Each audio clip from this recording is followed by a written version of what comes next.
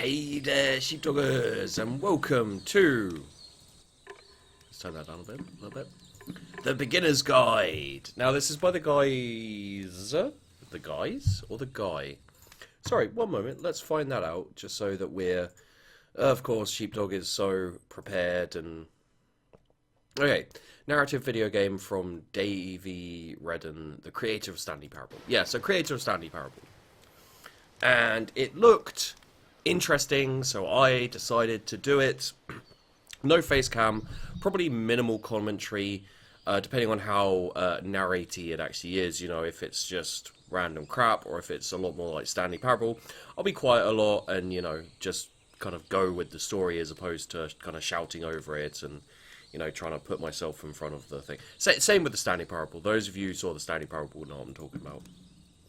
Let's do this. It was probably going to be weird. Please make sure audio is on. It is on. Okay, move and click. Easy enough. Cool. Cool. Hi there. Thank you very much for playing The Beginner's Guide. My name is Davey Wreden. I wrote The Stanley Parable, and while that game tells a pretty absurd story, today I'm going to tell you about a series of events that happened between 2008 and 2011. We're going to look at the games made by a friend of mine named Coda. Now, these games mean a lot to me. I met Coda in early 2009 at a time when I was really struggling with some personal stuff, and his work pointed me in a very powerful direction. I found it to be a good reference point for the kinds of creative works that I wanted to make. So just to start you off, this is, I think, the first game he ever made. It's a level for Counter-Strike. You can walk around here, by the way. And mostly it's just Coda learning the basics of building a 3D environment. But what I like is that even though he starts from the simple aesthetic of a desert town, he then scatters these colorful abstract blobs and impossible floating crates around the level. And of course, it destroys the illusion that this actually is a desert town, and instead this level becomes a kind of calling card from its creator. It's like a reminder that this video game was constructed by a real person. And it kind of makes you wonder, what was going through his head as he was building this? This is what I like about all of Coda's games. I mean, not that they're all fascinating as games, but that they are all going to give us access to their creator. I want us to see past the games themselves. I want to get to know who this human being really is. And that's exactly what we're going to do here. So, it's 2008, Coda starts making these games, and he never releases any of them. He doesn't put them onto the internet, he just makes them and then immediately abandons them and they sit on his computer forever. And I think he really understood this image of himself as a recluse. At one point, he jokingly renamed his computer's recycling bin to Important Games Folder. So, you know, this was just how he worked. He tended to crank them out one after the other without even really pausing to try to understand what he had just made, until suddenly one day, he just stopped. In 2011, that was it. He made his last game, and then he hasn't made another one since. And that's why I've taken this opportunity to gather all of his work together, is because I find his games powerful and interesting, and I'd like this collection to reach him, to maybe encourage him to start creating again.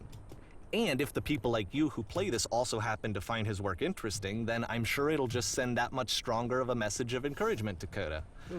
So thanks for joining me on this. If you have a particular interpretation that I haven't mentioned here, or if you just need to get in touch, you can email me at daveyWreden@gmail.com.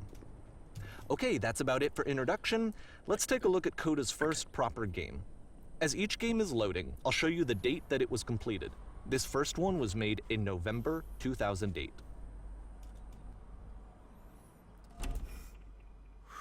Okay, this is weird. I'm assuming that it's real, but because of the Stanley Parable, I'm also worried that it's not, and it's a thing. Warning. Visitor machine activated. Shift destruction imminent. This game is called Escape from Whisper, and it's one of the more generic games you'll see from Coda. Okay.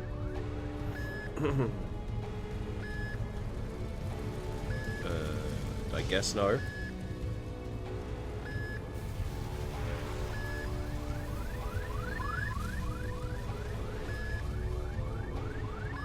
Okay. So, I'm very unsure as to when to be talking and when not to be talking. Security call breached. Hostile alien life form inbound. Oh crap. Right. It kinda looks like this game was abandoned mid-development. For instance, you have this gun, which you'd think would indicate that there are supposed to be monsters or enemies somewhere, but then clearly there are no enemies anywhere. You can't even reload the gun when you run out of bullets. But ultimately we don't really know. Maybe Coda thought that actually it was complete the way that it is. And I think that we should talk about his games for what they are, rather than for what they're not. Enemy force neutralized. Begin ship evacuation. Oh, this way, okay. I love how you can see the bottom of the universe from this room. Oh, that's awesome. Oh, crap. What's... Okay.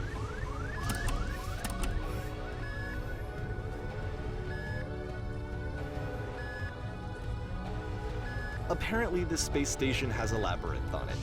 Okay. Sure, I don't know. There's really no reason for it that I've ever been able to discern, so in the interest of time, I'm just gonna skip you on past it. Oh, thank you. Okay, this is the part that's interesting. The game has this narrative about the whisper machine and how it has to be turned off, and then you get to the engine room. Okay. Hey, you there, in the engine room. You could save us all. That beam is powering the whisper machine. We could disrupt it by introducing a great enough heat signature. If your body could stop the beam. It's so much to ask, but for all of our lives, would you do it? Could you give yourself? Let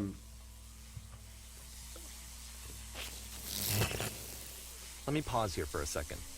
What you just experienced, stepping into the beam and then dying, is probably what Coda had initially intended when he was developing this level. But when he first compiles and plays it, something goes wrong. There's a bug somewhere. And this is what happens instead. Okay, so we're doing it again. And this happens instead.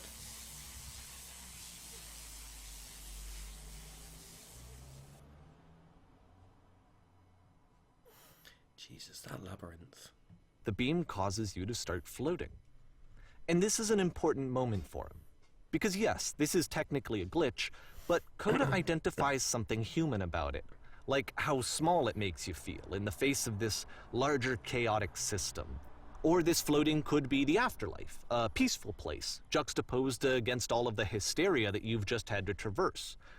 I don't even know. I have no idea what he was thinking, but what's clear is that after making this, something lodges itself in his brain. He wants to do more of these really weird and experimental designs. So he stops work on this and moves on to a stream of tiny little games that go in all sorts of directions. Let's go ahead and take a look at the first game he made after leaving this one behind. I actually prefer that a little bit, like the just floating off. Like, it makes sense to stop the beam and die and that kind of thing, but I prefer that floating off personally. Just yeah, okay. Why can't Yep. In this game, you can only walk backwards. Oh god.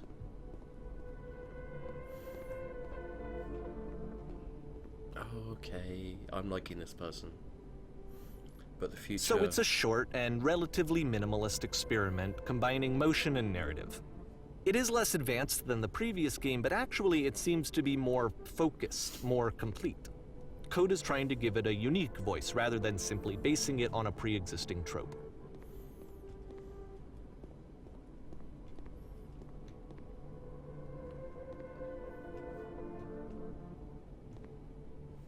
It's a short little thought, it says what it wants to say, and then it ends. Didn't That's need really anything cool. more than that. Which to me is why it works, because it gets out quick. Okay, next one. That's really cool. Oh god. Okay.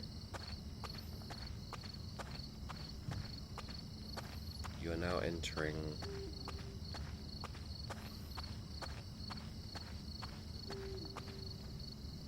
And that's it.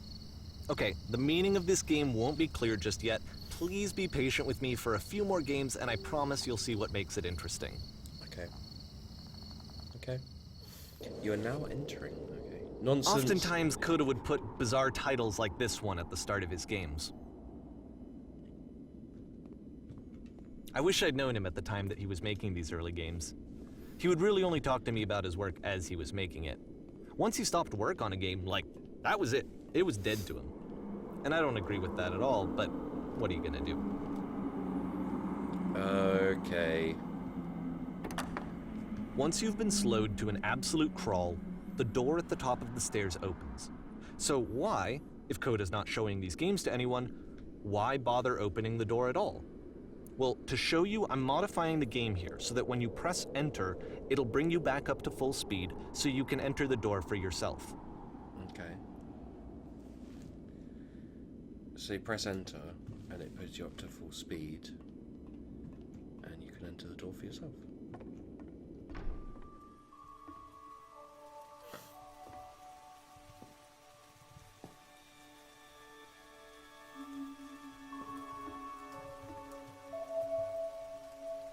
A room that's warm and nice and filled with little ideas for games. You players are loud, bodiless sound walking around confusing Coda people. would often tell me that he didn't mind if people thought of him as cold or distant. He said that he knew that he was actually a vibrant and compassionate person, but that it takes time to really see that. It can be a very slow climb to get there.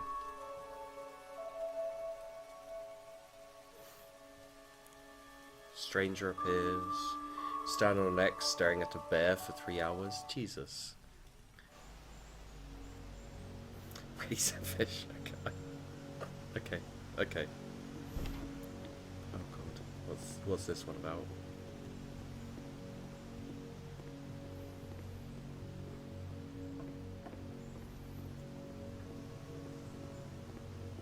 Well, this is new for Coda. It's an actual puzzle. Go ahead and see if you can solve it. Did I solve it?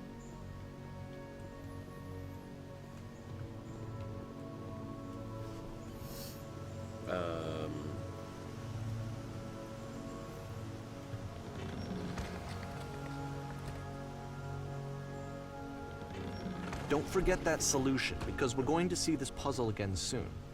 We're gonna see it a lot. There's 3 dots there. I saw 3 dots on a different game as well, I think. As I remember.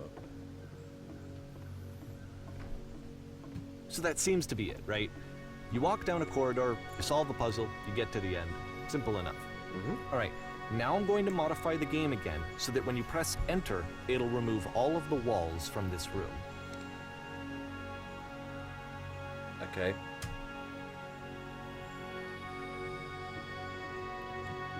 Holy crap. How about that? There was more to it than we had any way of knowing. I actually find it funny that this game comes after the Stairs game, since they essentially convey the opposite idea. So, in the Stairs game, a dull exterior concealed a rich interior. And then, in this level, a dull interior hides this fantastic outer world. Either way, I think that the point is the same, is that most of the time you don't get to know what you're missing, or even that you're missing anything. That's not your role as a player. So if your role here is not to understand, then what is it?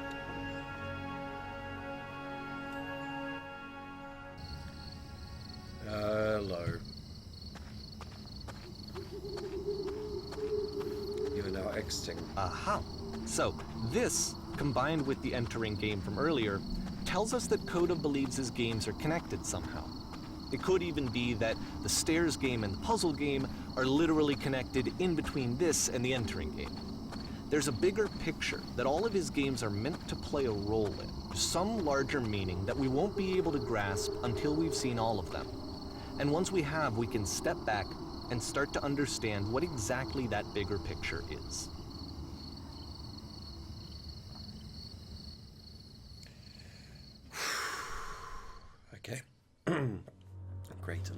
100%. Alright.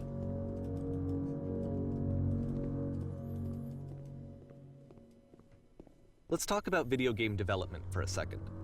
Every video game runs on what's called an engine, which determines what the game can and cannot do. So in other words, the engine is a set of tools for game development. Okay. To make all of these games, Coda is using an engine called Source. Like all engines, Source has certain things that it does well, and it has certain things that it does poorly. One of the things that it does very well is boxy linear corridors. That's why so many of Coda's games are set in these large, flat, empty rooms, is just because he's working with what the engine does well. The tools available to the creator shape what kinds of creative work they're going to end up making. You might consider paying attention to the architecture in Coda's games to notice how they seem to stem from an engine that's very good at producing linear, boxy corridors.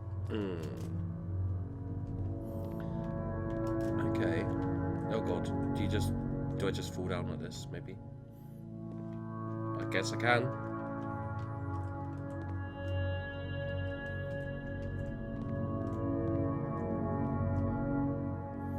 Who knows whether I should. So you can kind of take your time going down, I guess. And, you know, just like see the jump ins and everything, or you can just drop down and go. Wonder if I missed any narration by just dropping down. Oh god. There's glass all around it, okay.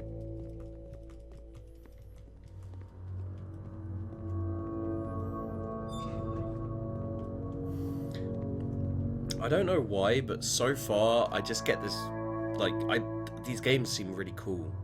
And they're kind of like, you know, things like Papo EO and things like that I like, but they make me feel sad. They make me feel unnerved, maybe is the word.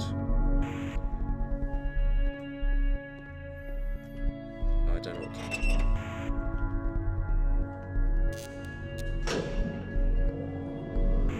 Okay.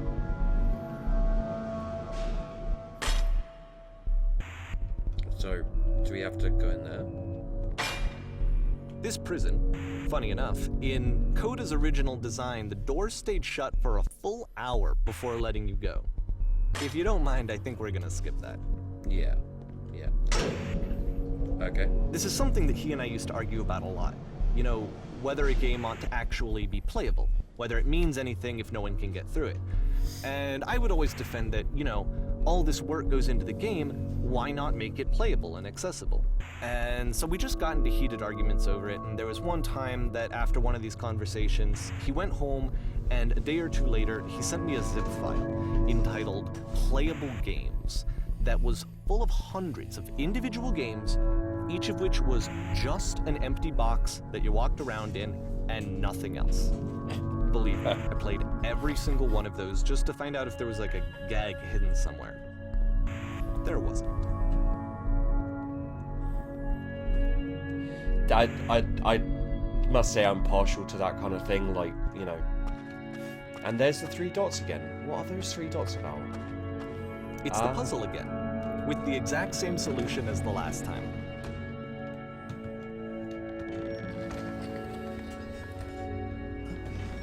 There's still no clear indication of what makes this puzzle so special that Coda is going to return to it over and over. But I promise I'll share with you my interpretation very shortly. Alright.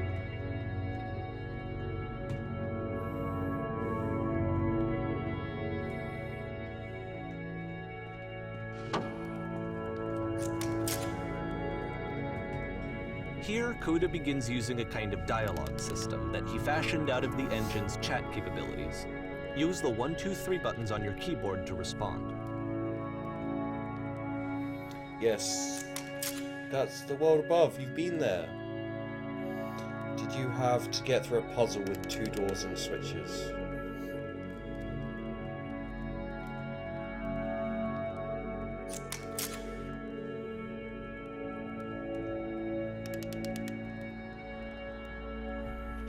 think you want to get through, but trust me, you don't.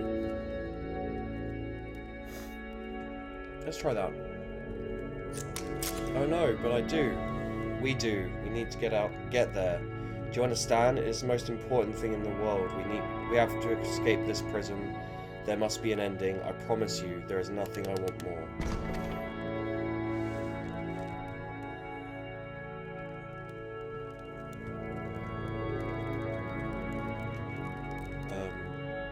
Can I not tell them? Oh, we just leave? Okay. Okay. Hello, how did you get here? Was there a puzzle you had to pass through? No, I've been right here this entire... Yes, child. Know how to solve it? No, we actually find the black space between the doors to be far more interesting. Have you seen it? I remember feeling... I don't recall. Why would I care about space between the doors? There's a reason, but it may take time before you understand, which is fine. You'll see it again soon. Jesus. You can feel a little bit of Stanley Parable here. Like, you know, it's just vague. It's just, you know, it's the and so we make one last descent down to the final floor of the level. It's the mystery. It's the kind of not knowing, the kind of warping of your perceptions and your everything.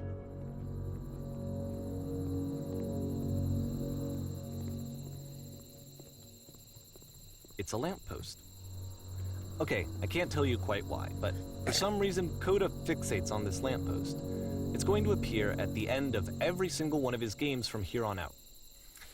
I'll tell you what I think. I think that up to this point, you know, he's been making really strange and abstract games with no clear purpose, and maybe you can only float around in that headspace for so long. Because now he wants something to hold on to. He wants a reference point. He wants the work to be leading to something. He wants a destination, which is what this lamppost is. It's a destination. We're going to see it in the work as well. His games are just going to become a lot more cohesive, a lot more fully developed, with more of a clear idea behind them.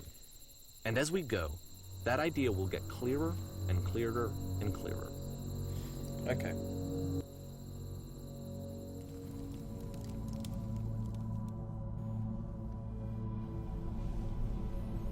As you walk around, you can leave notes. All notes you see are left by other players.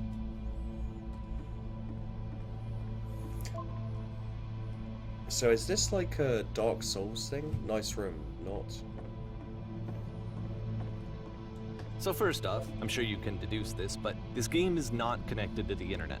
All of the notes that you're gonna see have been written by Coda. This was actually the first game of his that I ever played. This was shortly after I met him at a weekend game jam in Sacramento, where I grew up.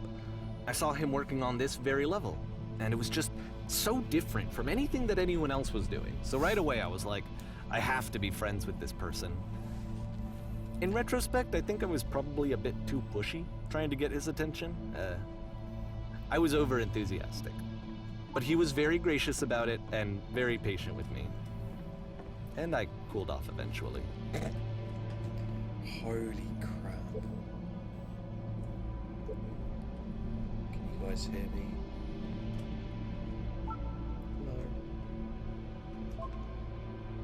Oh, feel free to skip over any of these notes if they're not doing anything for you. Nothing extra is going to happen if you read all of them. Either way, to me they convey a sense of loneliness.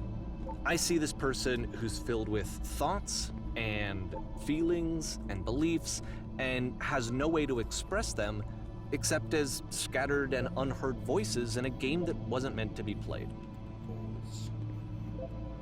How is there wood and grass and concrete here? But it's ironic, isn't it? That in playing this game and seeing how alone Coda often felt, that we get to know him better and actually kind of connect with him. And I have to be honest with you, this idea is really seductive to me. That I could just play someone's game and see the voices in their head and get to know them better and have to do less of the messy in-person socializing.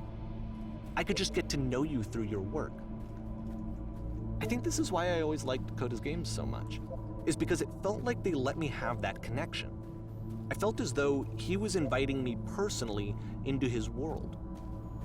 And then I feel less lonely too.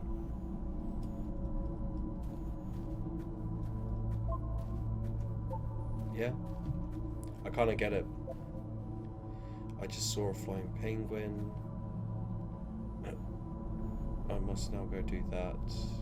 Okay. Alright. I'm not going to go over that way and read all of those. I'd like, there's a lot of them. I may come back and do this bit and read it by myself. But yeah.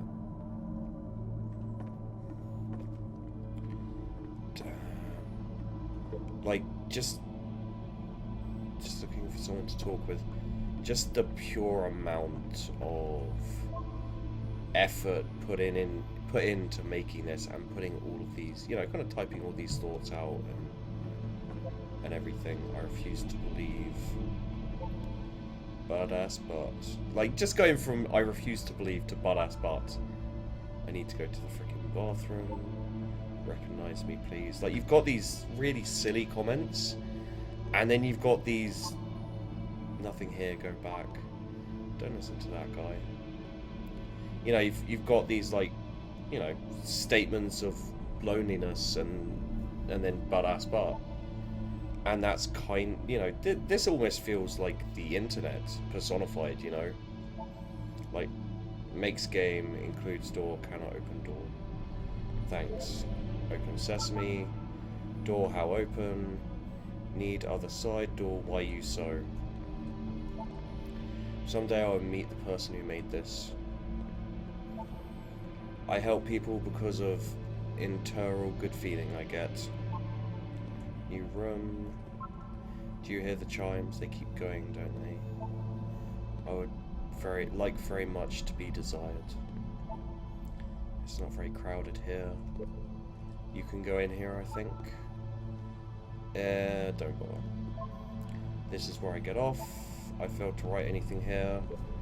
I am compelled. Stop, turn back. Proceeding further will only result in misery. Take my hand, let's jump together. We'll do it all over. Cabbage shapes our nation. It does not matter if you ever get over there. You know, something I've noticed, hey, don't talk about me that way, is quite often the less serious ones, I think this is not going anywhere. Next time I'll do better. I need someone to talk to. Yeah, some of the less serious ones are a bit higher. This is a note. And don't listen to the other notes. And the slightly more, I'm not safe. Like this one down here, I would imagine would be, kind of more serious, more morose. Today I learned you cannot fall off. Maybe not. Ethical. You can't fall off. Okay. I saw a person walking down there. No, it won't come back. I'm not going to read all of them because obviously this is a video and we do want to, you know, get through it. It's about how this game is pretentious and you will suck. Stop pretending you are other people. We will all die someday. Spoilers. It doesn't mean anything. Devil Tower Star. Hey buddy. He was himself the most horrible creature he could imagine. Well, I'm here now. Yeah, we're all here now. There must be a reason for it though. His devil's secret, he kept it well. I beat the game. More room. At the end of this level, we're going to see the puzzle again. And here, I'll tell you what I think the puzzle means. Each of these games represents an idea that was on Coda's mind at the time that he was making it. And the puzzle is a way of closing the door on a previous chapter of his life before moving on to the next one.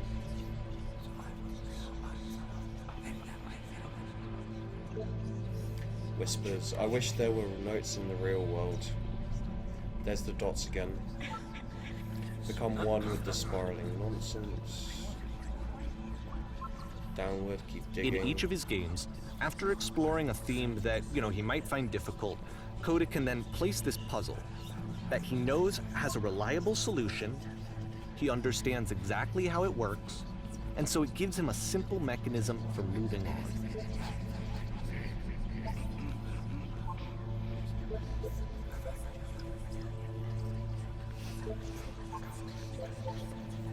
And because there's this dark area between the doors, a space between spaces, before you move on, you get to pause. Just for a moment, a few seconds to reflect on and let go of the events that led you here. To step back and connect the pieces together. To grasp at that elusive bigger picture.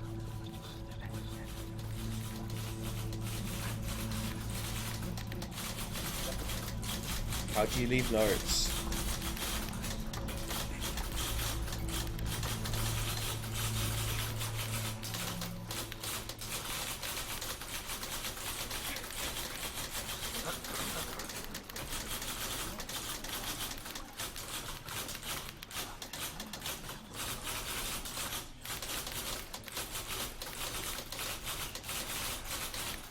That's a good game. Pawn Stars die Okay, too. this one is tough. It's gonna kind of just spin its own wheels for a few minutes. Hang with it.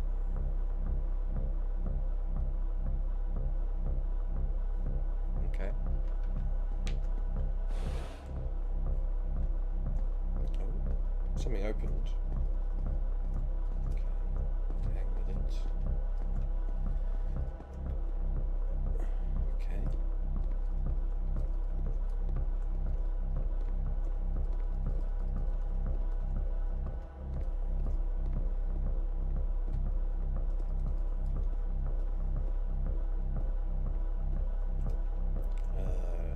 This is strange. See, this is it. The whole game. And there's nothing that's particularly interesting about it. You just walk to the end of a hallway. Except, for some reason, Coda gets really fixated on this prison that has all of this modern furniture.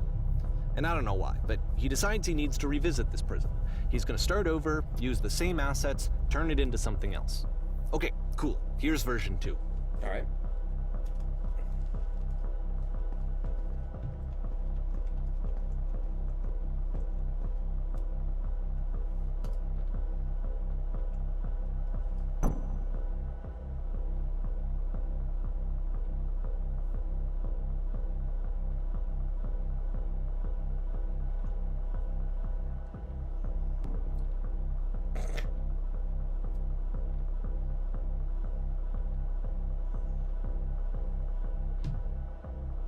Live Tesla calls, yeah. Tesla.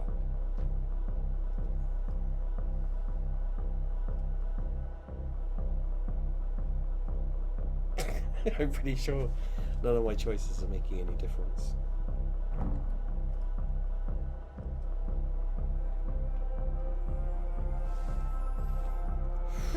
There's a bit more to this one, but still it's not really communicating anything. It's kind of just weird for weirdness' sake.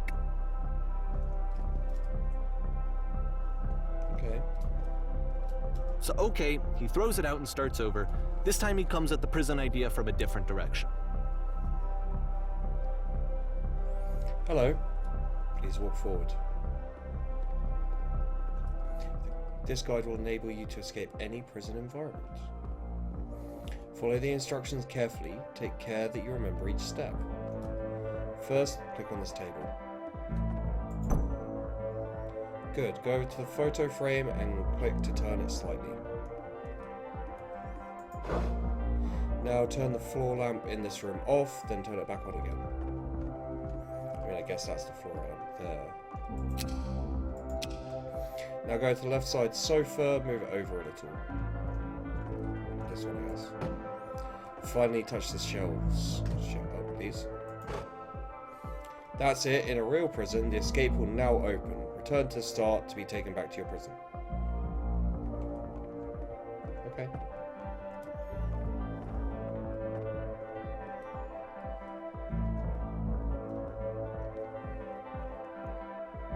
Wait, do I have to remember what to do?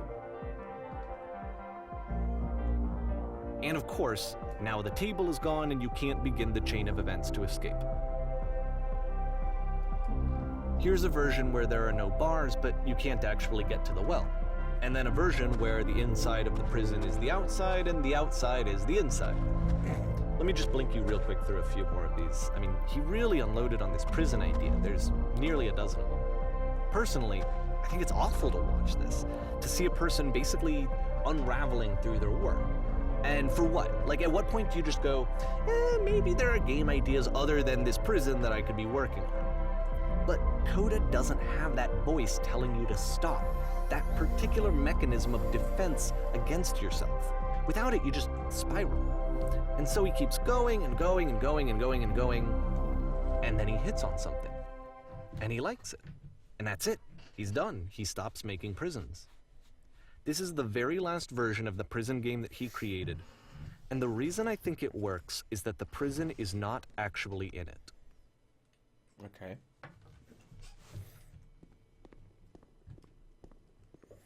I've got to say, bits of this like spark my anxiety something quite high. And I don't know if that's me like waiting for something to hit, you know, kind of the anticipation of something, or whether it's just me like responding to this guy's kind of, who, you know, this guy's mind, like what this guy's creating. But yeah, it's definitely increasing my anxiety in certain bits.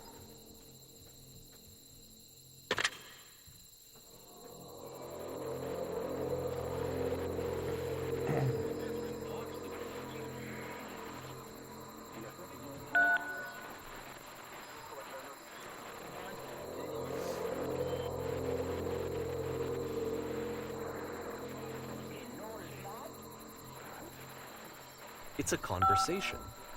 And so this is what Coda wants, is to be able to talk to someone, to share what's on his mind, and to get some good advice from someone who knows. But the irony is that even in this scenario, you're still talking to yourself. You know, all of these games so far are Coda talking to himself.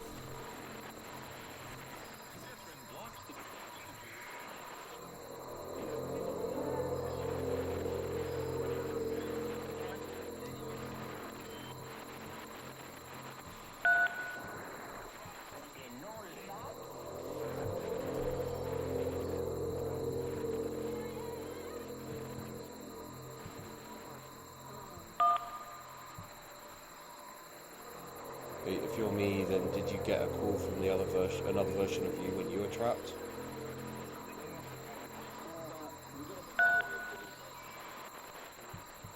Then can you tell me how to get out? Maybe I can come find you. What do I have to do? To get out, just talk with me for a bit. What? That will free me? How does that work? It'll make sense. Okay, I can talk.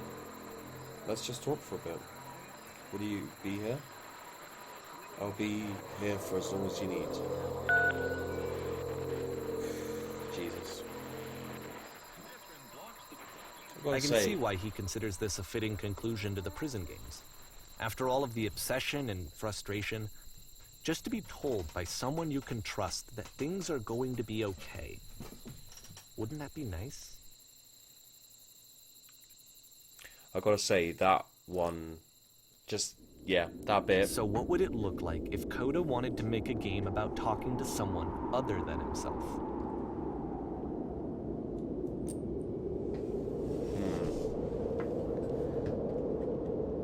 Okay.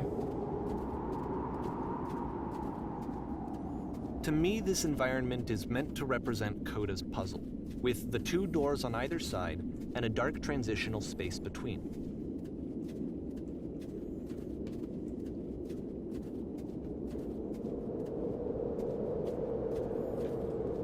I guess due diligence we should go through.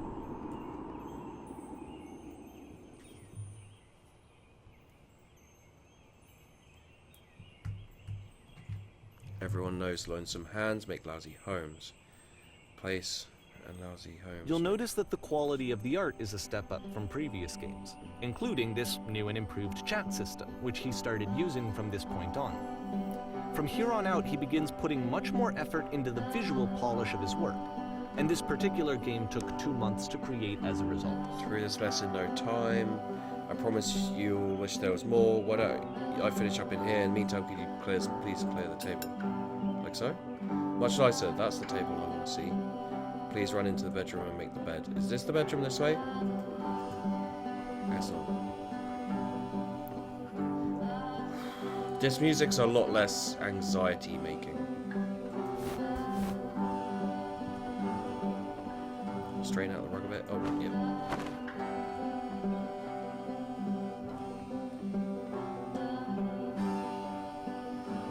You enjoy being a house cleaner? Well, I don't enjoy it so much as I need it.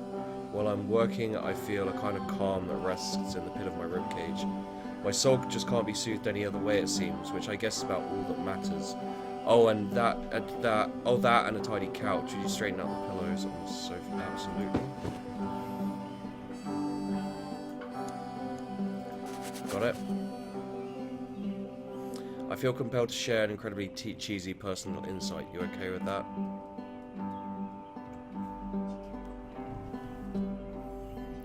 Make it especially cheesy. ... No. No, it was stupid, sorry. Never mind. Hey, these dishes would need to be washed. Why don't you come do that? Alright. Last I checked, the tub needed cleaning. How about you scrub it down as best you can? No need to be perfect, we're all just human.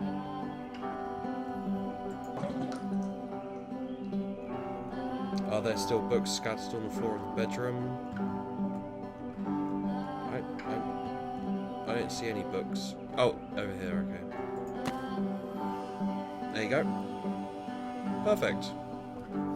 How about you come and clear the dishes off the table? After the intense set of prison games, this house cleaning level almost feels like cleansing. It's the moment after a particularly difficult or traumatic experience where you just need to let it sit and digest inside of you, and eventually cohere into something meaningful.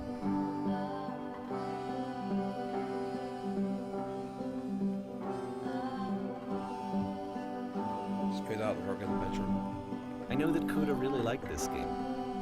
Of all of his work, actually, this was the only one that he called me up to ask me to come over and look at it. This was during a period of a few months where he was like grossly happy all the time, just walked around with a constant smile on his face. Occurs to me that one's house is a lot like one's soul. You take care of it and it takes care of you. Don't know why I feel so weird about saying that.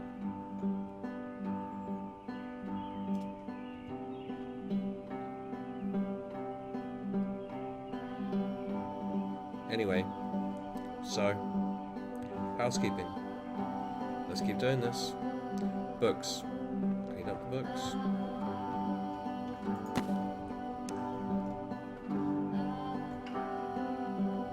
I'm glad he made this. I'm glad he found some peace.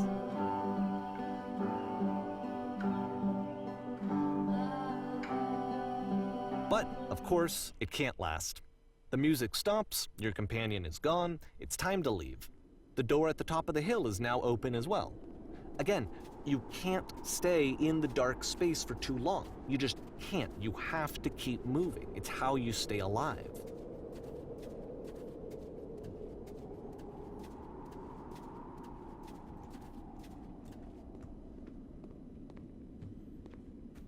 Hello.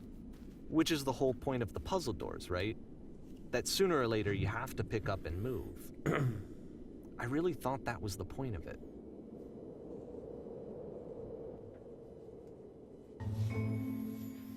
Items you love. This one gets a bit goofy. Okay.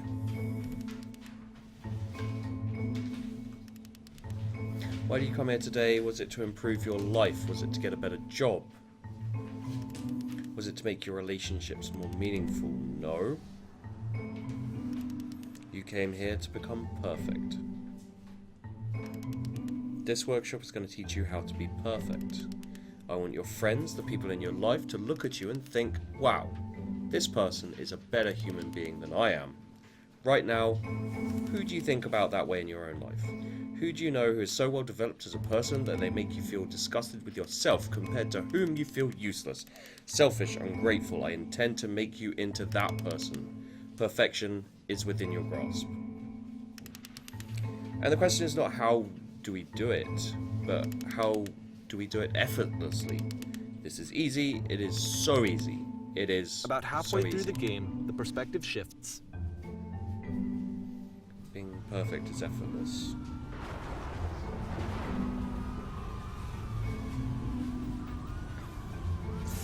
Kids And you should play as the teacher. And suddenly, you discover that your teacher is just as bigoted and afraid as you are. Oh, and also you can move around the classroom now.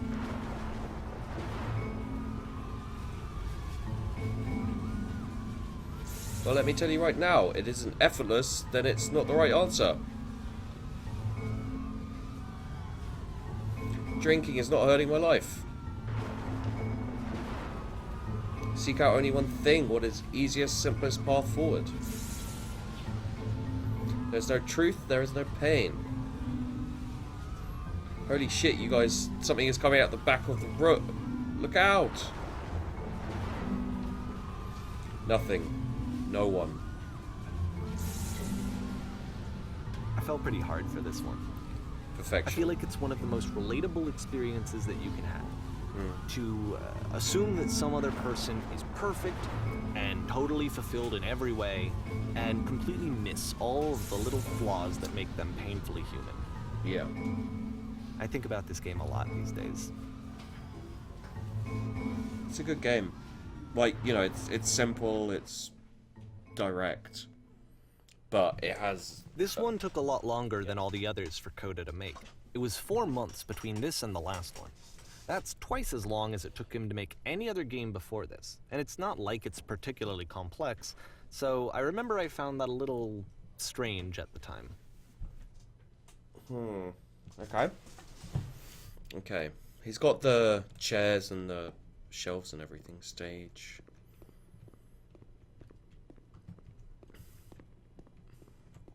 I guess we go out on stage.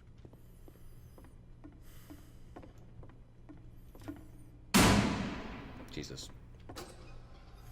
Performance is beginning. Paces, please.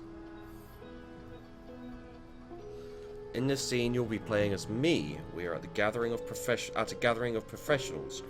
First, you'll start out leaning against this wall. Done. Good. Stay right there.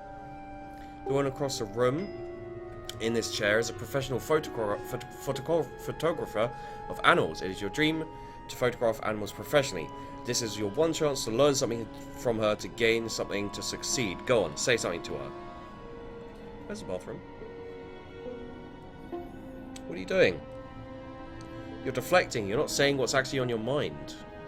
Stop dancing around it and have a conversation with this person. Do it again. I'm super, super scared right now. I like you. Here are all of my hopes and dreams. No, no, no. That's not what I said to her at all. You're completely missing the tone of the conversation. I was reserved, but I knew what I wanted. I was confident. For some reason, it was just that one moment, but I was confident. Maybe it's that you need a better feel of the setting. There are a lot of people around us. I'll give you some props to work with. These cones that bounce when you touch them will represent people nearby. Now talk to her again.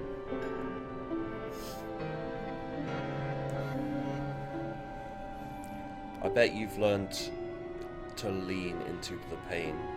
What are some of the sacrifices? You must have worked really hard to get where you are. You're messing it all up again. You'll freak her out if the conversation gets that personal that quickly. Do you not realize how important this was for me? I'll never get another opportunity like this again. Everything was riding on this. I want to try something. Try stepping back from the stage. Oh, there's the lamp. Hello.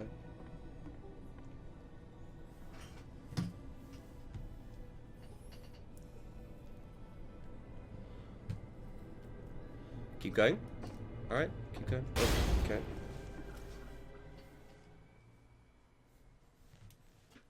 Do I stay here? What do I do? I guess I keep going.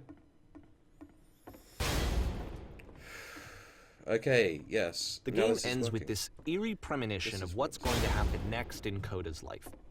The solution to social anxiety, to fears of having to perform and having to chase success, the answer for Coda is to withdraw, to hide himself away.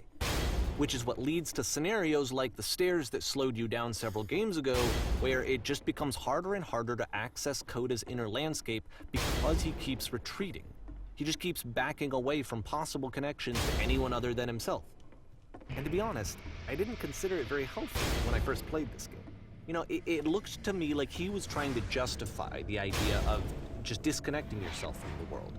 And that wasn't what I wanted for him or for his games. Because I feel like a lot of his games are inviting me to connect with this person, to bring him closer. Yeah. But what can you do? Anxiety, sorry. After this, Coda went off and took another 5 months to make a new game. June 2010. Mobius Trip. To play this game properly, you must keep your eyes closed. Click to begin the game. Do I have to actually keep my eyes closed?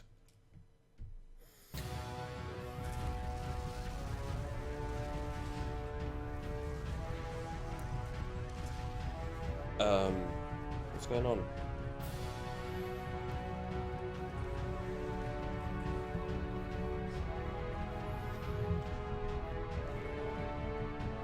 Please tell me how to solve this.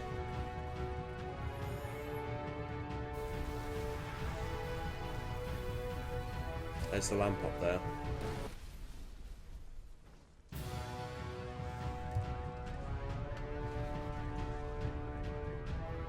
You should probably open your eyes if you haven't already. It's pretty much impossible to solve otherwise. Yeah, no, I did. And there is a solution, by the way.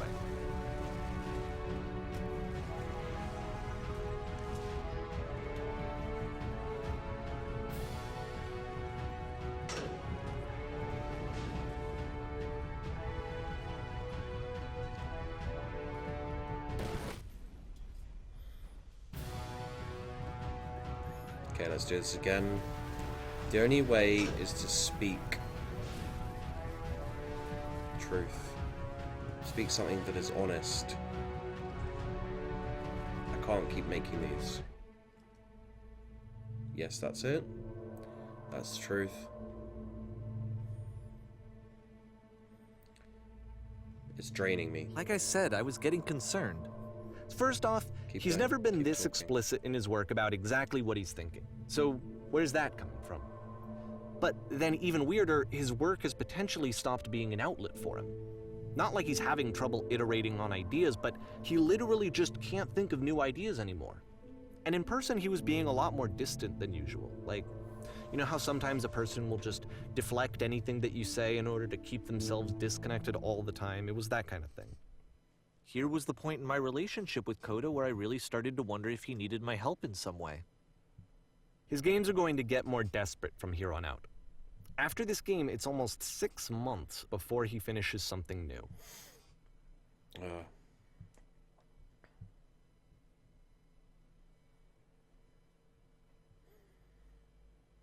Where am I?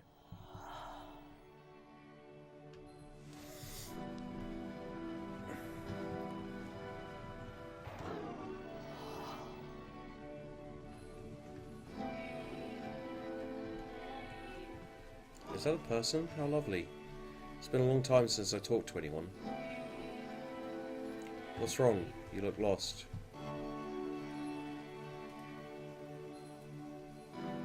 I have nothing left to give to my work.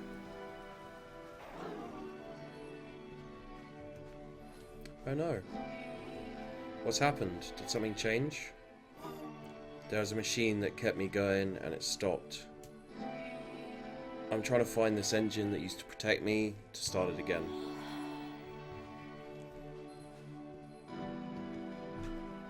Wait, you're looking for a machine?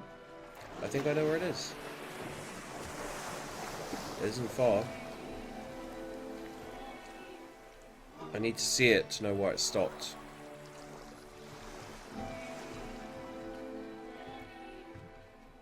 If the last game featured Coda talking explicitly about his creative frustrations, this one turns it up to 11.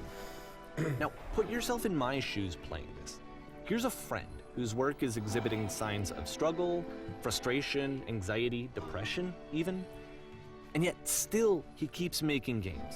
He keeps throwing himself into the grinder even when he clearly doesn't have the energy for it anymore. Why? What is it for? Because from my perspective at the time and just what I knew of him, this was a result of how isolated he was. He was in his own little bubble, just sitting at his computer all day, not really showing these games to anyone, not releasing them onto the internet, and so he didn't have anyone outside of himself to connect with. He had no outlet to ground himself on.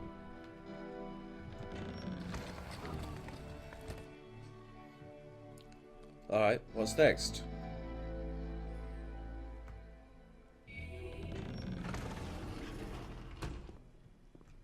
You can't talk yourself out of loneliness.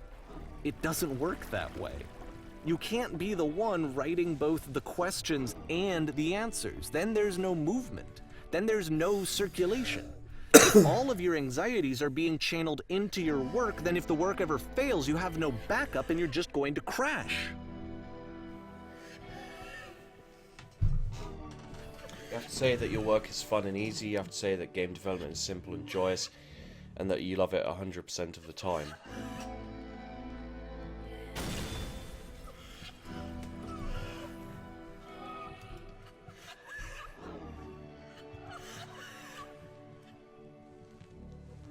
Just keep talking.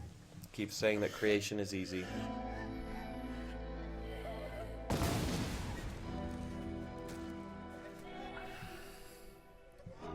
Seeing this game at the time that he made it, it looked really unhealthy to me. I was watching him do this to himself, and I hated it. I hated seeing him so trapped. It's like, video games are not worth this amount of suffering. This is someone I really cared about. And I used to get so much joy out of seeing him create. For him to suddenly become angry and frustrated like this, it was the worst thing for me.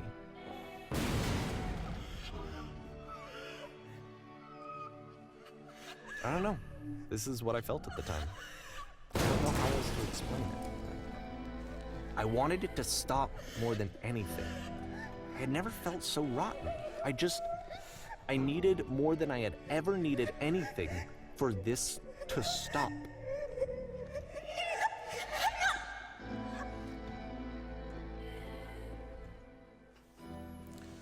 But it didn't stop. After finishing this one, Coda takes another 7 months and comes up with a new game. Jesus. Kind of hope there's not too much longer, because I'm not sure how much I can, get through. But I'd like to finish this and have it done. Glad to see you've arrived safely. We've captured the machine. It is waiting for you now. You can begin the interrogation whenever you like. I intend to be quiet. Just be warned that someone called the press might have a bit of attention on this one. Also, one more thing you should know about the machine: it calls itself Coda. Okay.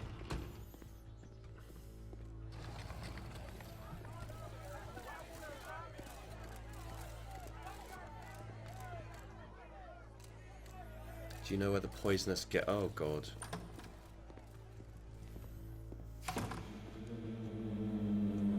You stopped. And of course, it's the machine. Called Coda. You stopped feeding us. Those people out there, can you imagine what pain you've put them through? It's only because of your creations that any of us could make it through every day. Trusting you to do this job. Being so alone. Apologize for leaving me.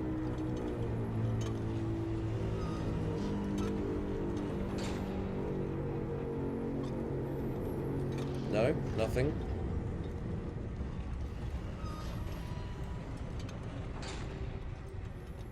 Alright then, I'll apologise to the people on your behalf.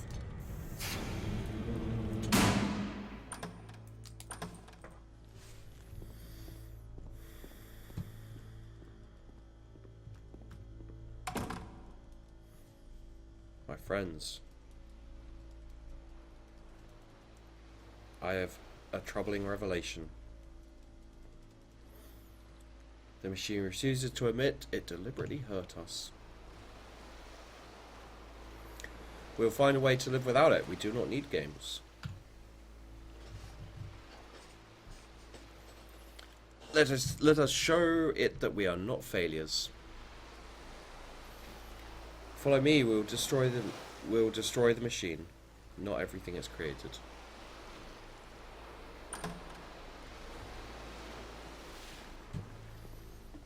Back to the stage.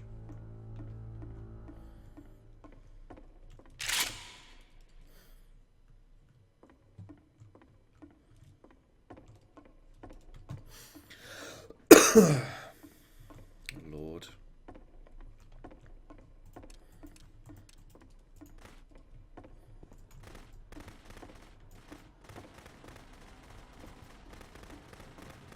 First time he's had a gun shooting.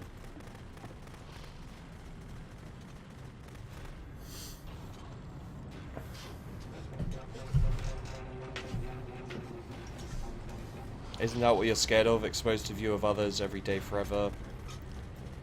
Seen in So now the work is comparison. becoming self-destructive. And I'll tell you, at the time that I first played this game, shortly after he made it, here's what I'm thinking to myself. I'm thinking that code is stuck in his own head, and that it's having a very negative effect on him, and that all he needs to do is just start showing his work to people, to get some actual feedback on his games. It might get him out of isolation. And so, as I'm thinking this, I realize that I could be the one to initiate it. Because it would never occur to Coda to start actively soliciting feedback, so what if I did it for him?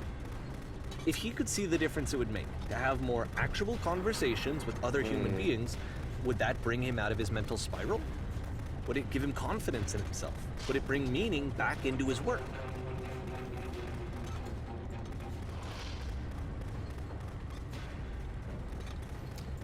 Yeah, this definitely isn't a good. You know, like just having you destroy your work kind of thing doesn't, yeah, feel good.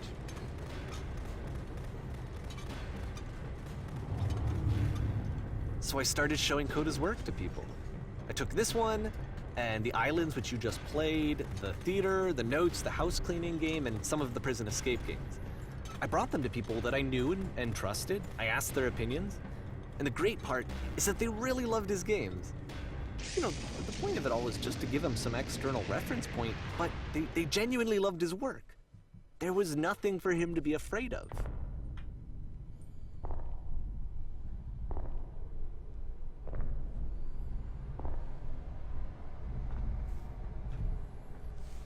Okay. Put down your weapon.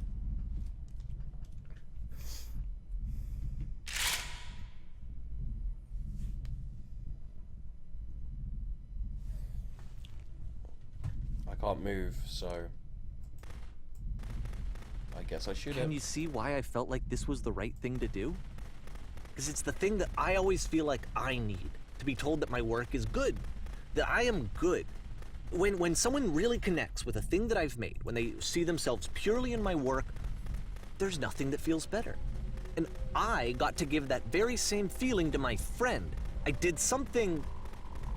I really felt like I'd done something good, like I was a good person. I felt like there was a friend who was in trouble and was unhappy and maybe didn't like themselves, and I could fix it. If I could give him this gift, maybe I could fix the problem. When they told me how much they enjoyed his games, it was the best feeling. It was the absolute best feeling. It made me feel so happy. So beautifully, beautifully happy.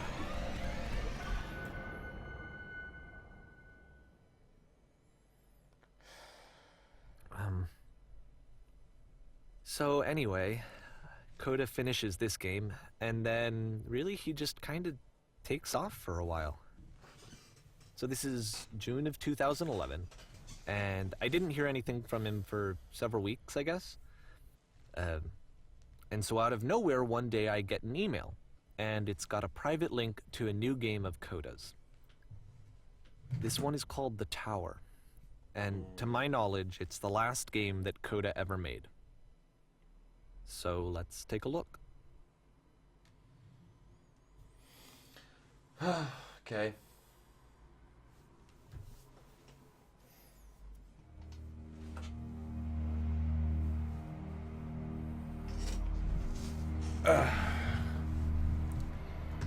So I'm trying to keep my anxiety at a low level, but you know, it's always going to be, this type of stuff is always going to make me fairly anxiety. And this is where I have trouble saying anything meaningful about Coda's work.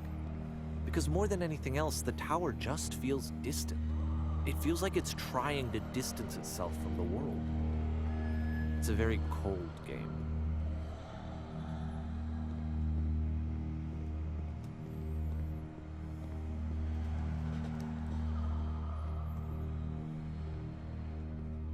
This room actually has a maze in it. Except that all the walls of the maze are invisible.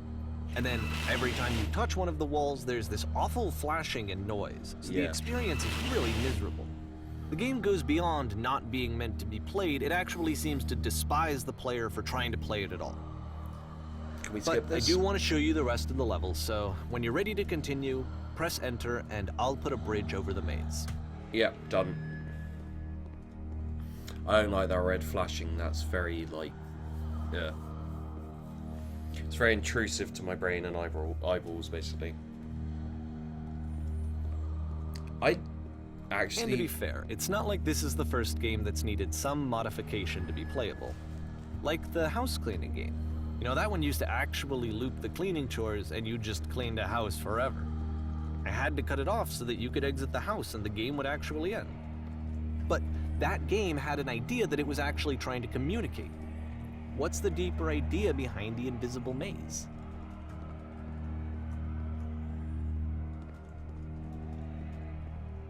The only way past this challenge is to randomly guess the 6-digit code.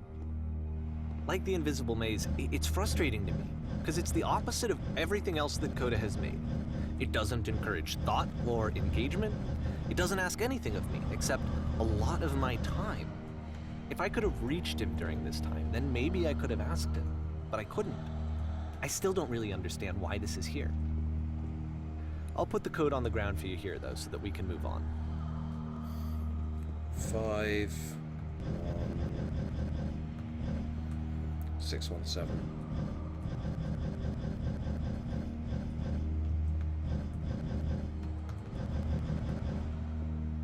No, 7.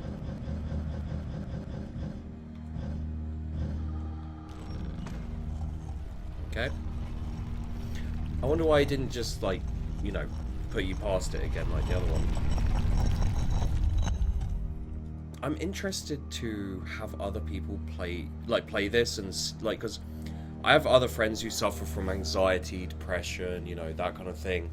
You know, we kind of attract each other, and I think, you know, that's true of everyone with these problems. You know, like, you kind of gravitate towards people who know what you've gone through because it's easier to talk to them. And I really would be interested in having them play these games and see if they have the same reactions that I do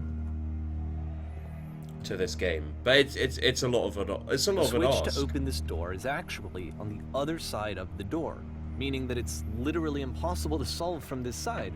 So even if you somehow brute forced your way through the first 2 challenges and you got to this point, there's actually just no way to progress. And it's scary for me, the idea of Coda cutting himself off entirely, just saying, you know, that's it, that's the end of the conversation, not giving me any way to fix the problem. I feel like a failure, I guess, when I can't fix the problem. But I can open this door for you, so let me do that. Was I a failure for not understanding this game? I mean, I don't know why I would be. It's not like everything needs to have a solution, but I feel it somehow. I feel like I failed, and I don't understand why. I remember, it's June of 2011.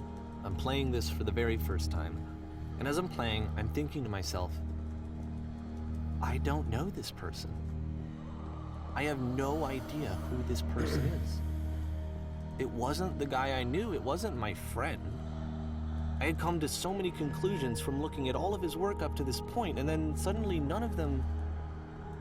I had been trying to, though. That was the thing.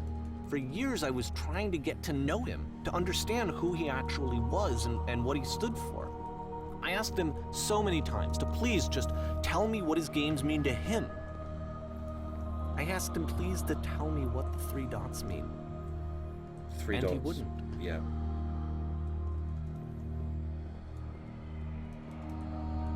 I just felt so strongly that if I could have connected with him, that if I could have somehow made his work my own, that I would finally be once and for all happy. It was that I needed to see myself in someone else. I needed to be someone other than me.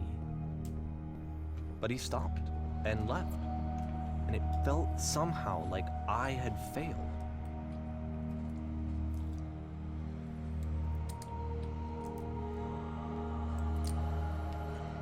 Okay, let's keep going. Sorry about that.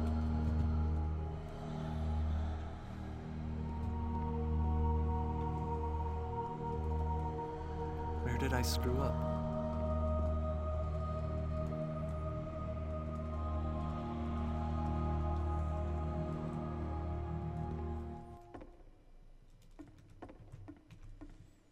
I'm the reason that you stopped making games, aren't I? It's because of what I did. I poisoned it for you.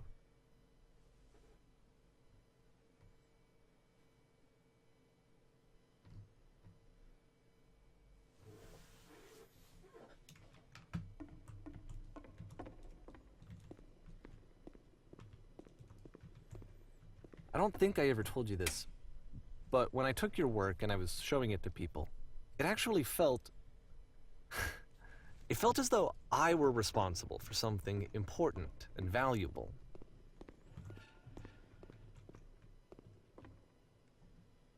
And the people who played them, they treated me like I was important.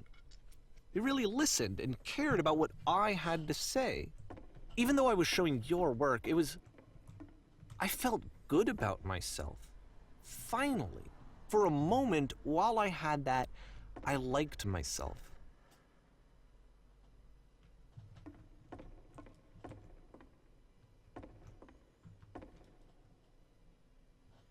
Stop adding lampposts to them.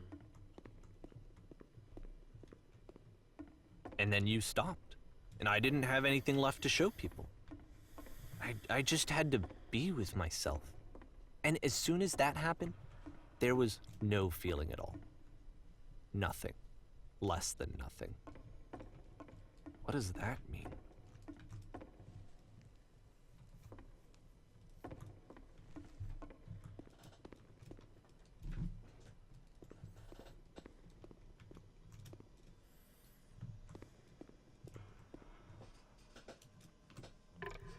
Whew, okay, I stood up to get a water. We're gonna finish this. Sorry about the break in thing. I just need to stand up and take a moment. Let's keep going. I'm afraid that I did something really stupid because I don't like myself.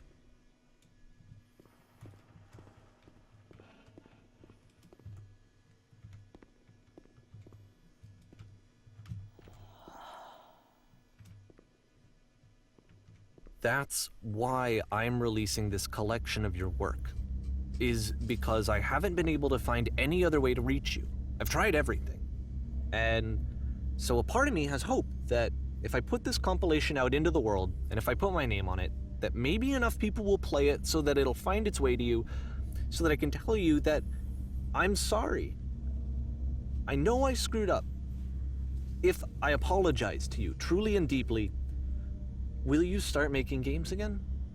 Please, I need to feel okay with myself again. And I always felt okay as long as I had your work to see myself in.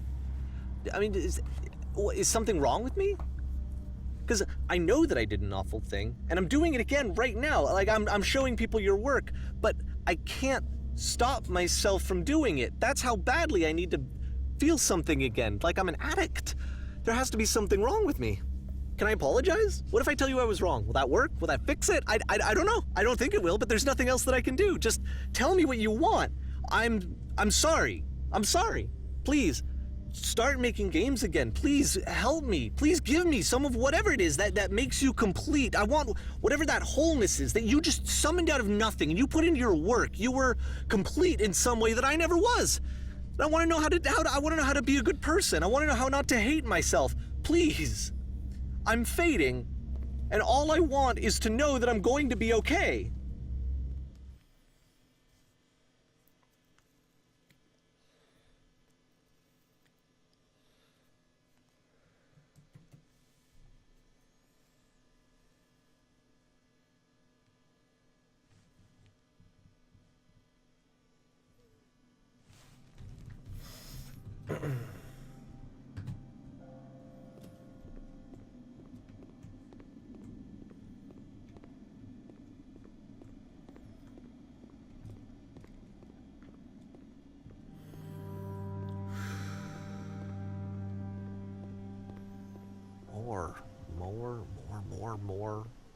More love, more praise, more people telling me that I'm good.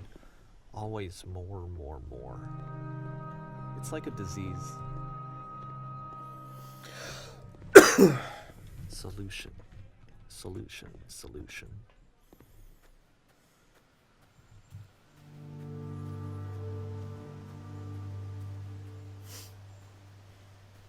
I guess if someone had told me ahead of time that he just really enjoyed making prison games, maybe I wouldn't have thought he was so desperate. I wouldn't have told so many people that he was depressed. Maybe he just likes making prisons.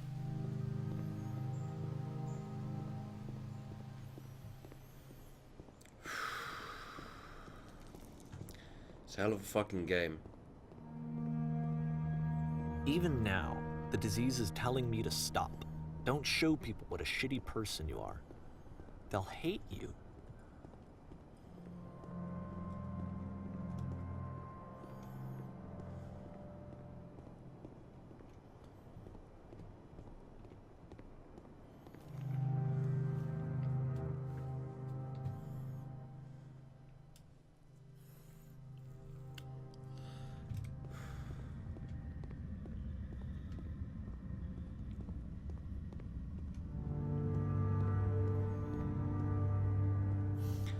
Oh. So, yeah, Jesus Christ. If I knew that my life depended on finding something to be driven by other than validation, what would that even be? It's strange, but the thought of not being driven by external validation is unthinkable. Like, I actually cannot conceive of what that would be like.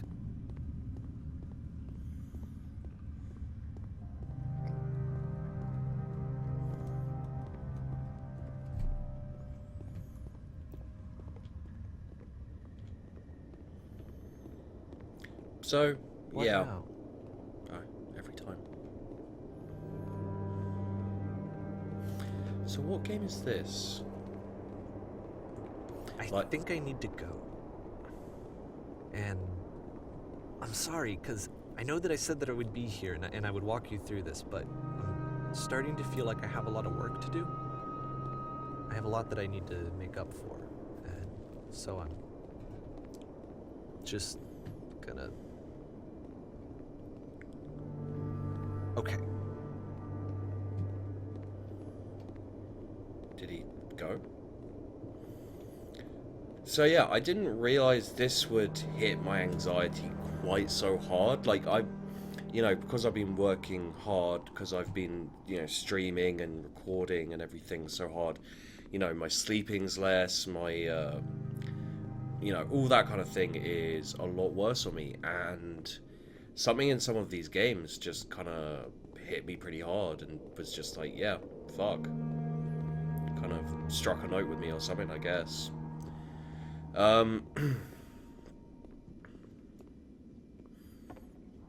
So yeah, dealing with a fair high level of anxiety right now, which means that it's kind of rough on the bare amount of commentary I've been doing, and it's hard to keep playing this, honestly. Really good. Bit confused and so forth, but yeah, very, very good.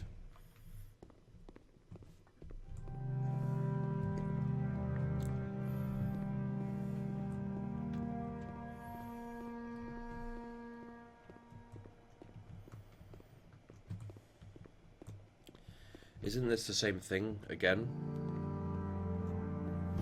Is this... okay, is this gonna be... Oh no, it's different, okay.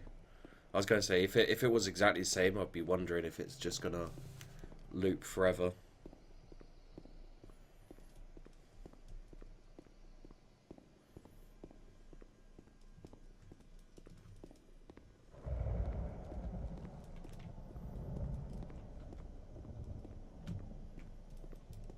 Okay. Completely different from the Stanley Parable. There's something very inspiring about the Stanley Parable. Oh god, it's that first thing. It's that beam. Okay. Yeah, there's something very inspiring about the Stanley Parable. This is very melancholy. This is very disturbing. And I'm assuming it's meant to be, and it's done very well. But yeah, the anxiety is high playing this, much more so than when I play some, you know, some jump scare game. Like, you know, that jump scares me, my adrenaline, my body like kicks in, and I get scared and I get anxious. But this is just like the disturbing nature of it shakes me more. So I'm guessing it's going to take us up. Let's find out. Yeah.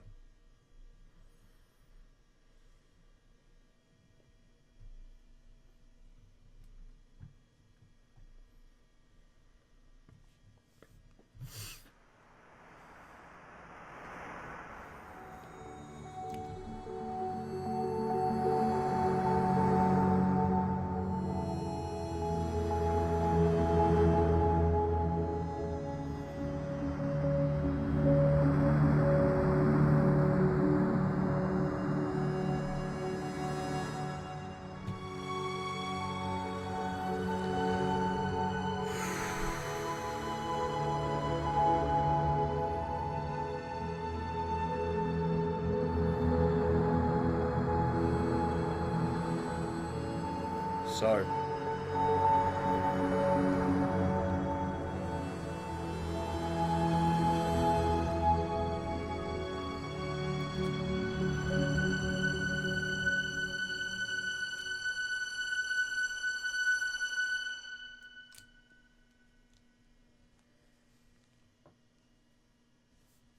Turn back,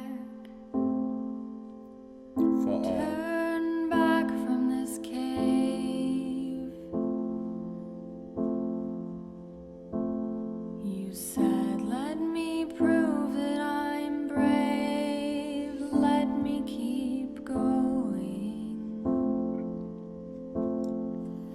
I'm not sure if this song is Helena Heron performed by Helena Heron and Ryan Roth. Okay, so I'm going to assume that it's not copyright, and I can put it up. So tired, So I'll just be quiet for the rest of the song and the rest of this. but I know that you're strong. So turn back,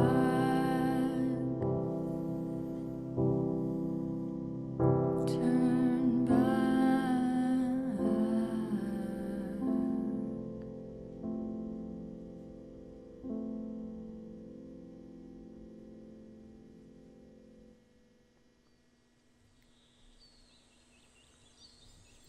okay. And there we go.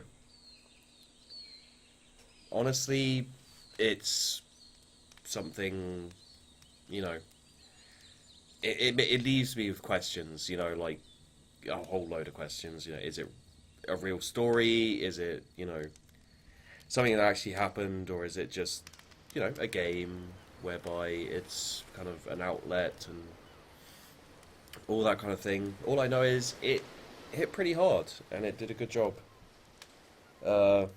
I'm gonna go and, you know, kind of put the video out and everything and edit it and all that kind of stuff to get ready to put out on my channel.